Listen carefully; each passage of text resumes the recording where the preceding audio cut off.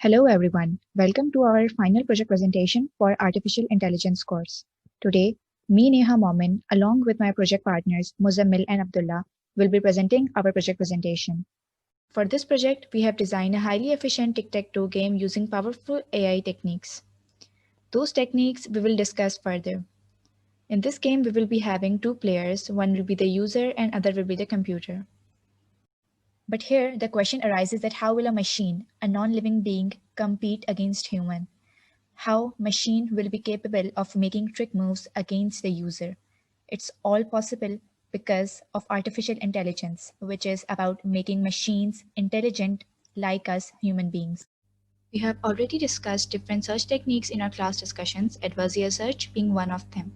Adversarial search is basically a search technique where we examine the problem which arises when we try to plan ahead of the world and other agents are planning against us.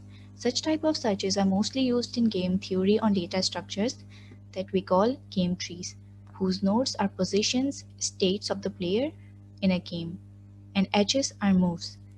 Min-max is type of adversarial search. It is basically a backtracking algorithm which is used in decision making and in game theory.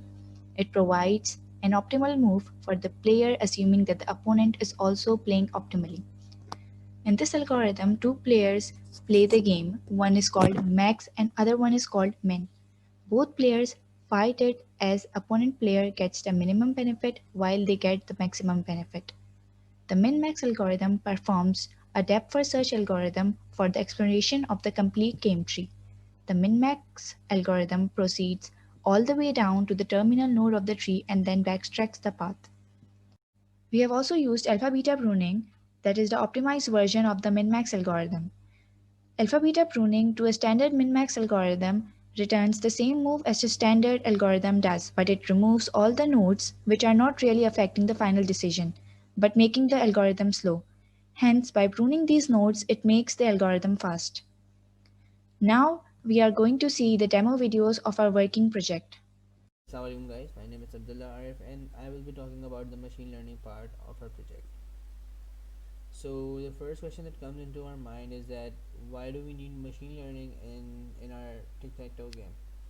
So the answer to this question is that we wanted to integrate different difficulty levels in our game, and the level of difficulties will be based on the number of data the our algorithm has been trained on to. Okay, so this is a CSV file that we use for training our data, and we download it from Kaggle. So this is what our data looks like. It contains 10 columns and about 960 rows. Okay, the first 9 columns represent each block of the tic-tac-toe model, and the last column represents whether x wins or o wins. If x wins, it shows positive, and if o wins, it shows negative. Okay, so this picture is basically the representation of the of row 5, the row marked in green. So this is basically the top, middle, and bottom, and left, middle, right. So this is just the representation of this of this row. Also to mention that this code just shows the endpoints of the game, not just every single possible state. And as a matter of fact, there are about 255,000 possible games, and this dataset only shows 960 of those endgames. So the very next question that comes into our mind is that which classifier to use for our for this machine learning part.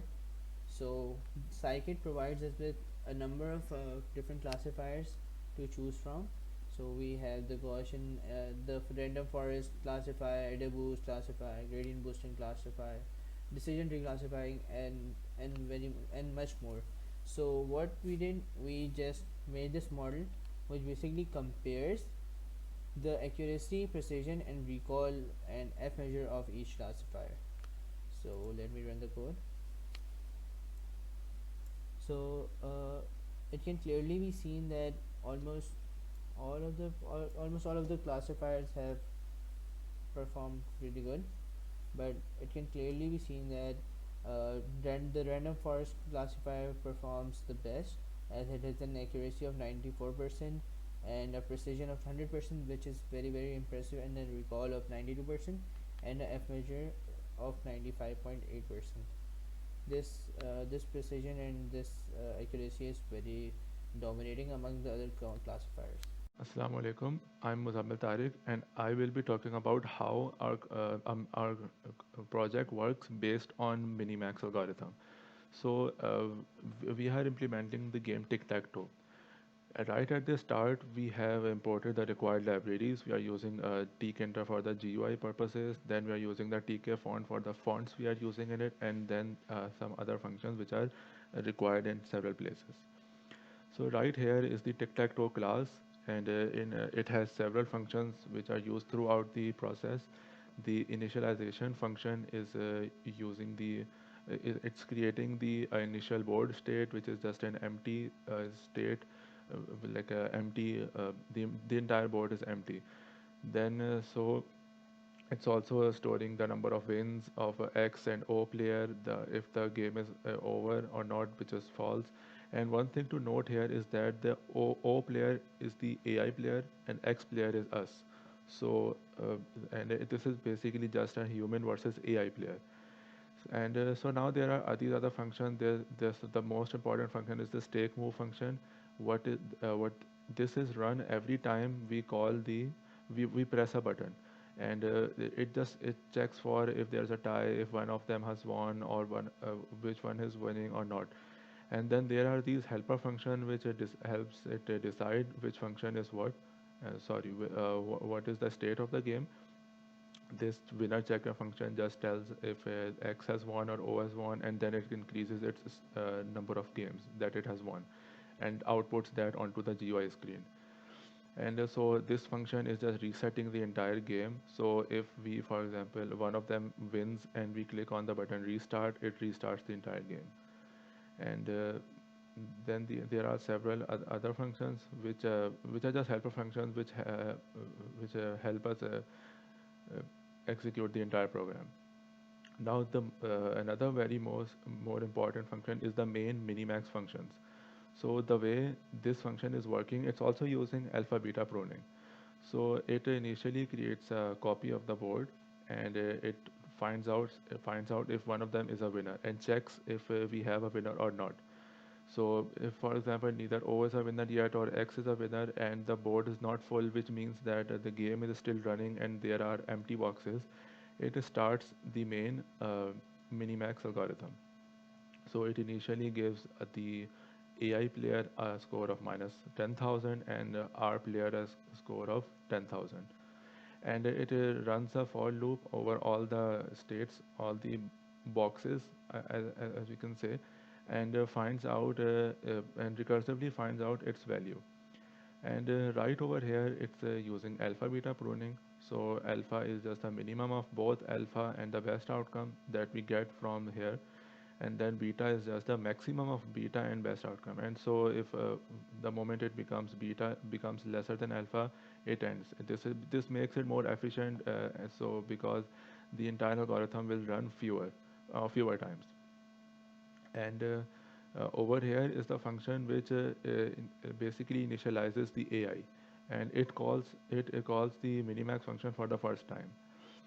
So right after there, this is our driver code and the GUI, and we've just made a tkinter based GUI which has several buttons. Let me just run the code. Yeah, so this is the GUI of our game, and if we click on this button, it will start playing it on Minimax. And this button is supposedly to run it through machine learning. Abdullah has already talked about this in his video. So when we click on this, it starts the game.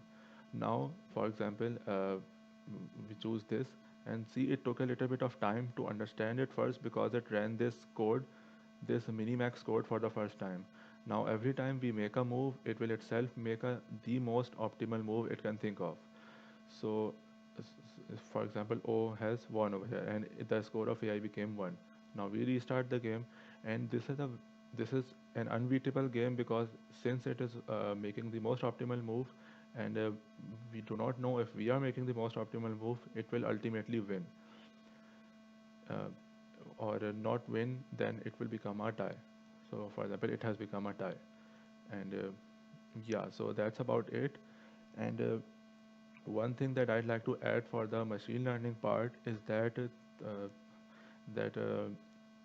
several Abdullah talked about several classifiers. Now, not every classifier works great for everything. So over here, we have noticed that decision tree and random forest were working best. But we will talk more about decision tree because we have studied that in our course. The reason it is working better is because this is a very simple data. There is no complication involved. There is simple data and then there is an answer to it.